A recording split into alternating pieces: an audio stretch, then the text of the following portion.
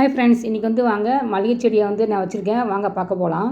இப்போ மல்லிகை செடி பார்த்திங்கன்னா, நான் ஏற்கனவே நான் கவாத்து பண்ணி வச்சுருக்கேன். நான் இப்போ பாருங்கள் எவ்வளோ மொட்டு வச்சுருக்குன்னு பாருங்கள். நிறையா மொட்டு வச்சுருக்கு பாருங்கள். இப்போ இதுக்கு நான் உரம் பார்த்திங்கன்னா, நான் காய்கறி பழங்கள்லாம் இருக்கு இல்லையா, அதெல்லாம் நான் போடுறது குப்பையில் போட மாட்டேன். அதை கம்போஸ்ட் பண்ணி என்ன பண்ணியிருக்கேன், செடிக்கு வாரத்துக்கு ஒரு தடவை என்ன பண்ணுவேன், அது வேருக்கு பகுதியை நான் கொடுத்துருவேன். அதுமாரி மாதத்துக்கு ஒரு 4 தடவை நான் கொடுப்பேன். தண்ணி நிறைய நம்ம ஊற்றணும். அப்போ தான் பூ நல்லா பெருசாகவும் இருக்கும். இப்போ நார்மலாக என்ன சொல்லுவாங்க, மல்லிகைப்பூ அந்த சீசன் தான் நமக்கு பூ பூக்குன்னு சொல்லுவாங்க இல்லையா, அப்படியே கிடையாது.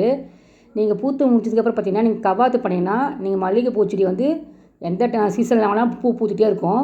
இப்போ நம்ம வெளியில் வாங்குறோம் இல்லைங்களா, அது மொட்டு சின்னதாக இருக்கும். இது பார்த்திங்கன்னா மொட்டு கொஞ்சம் பெருசாகவும் இருக்கும். காலையிலேருந்து ஈவினிங் வரைக்கும் வச்சிங்கன்னா அந்த பூ வாடவே வாடாது. பாருங்கள், பார்க்கவே எவ்வளோ அழகாக இருக்குது பாருங்கள். இன்றைக்கி தான் நான் பறிச்சுட்டு வந்த பூ பாருங்கள், எவ்வளோ பூ பூத்துருக்குன்னு பாருங்கள். செடியில் பார்க்கவே நல்லாயிருக்கு. உங்களுக்கு இந்த வீடியோ பிடிச்சதுன்னா சப்ஸ்கிரைப் பண்ணுங்கள்.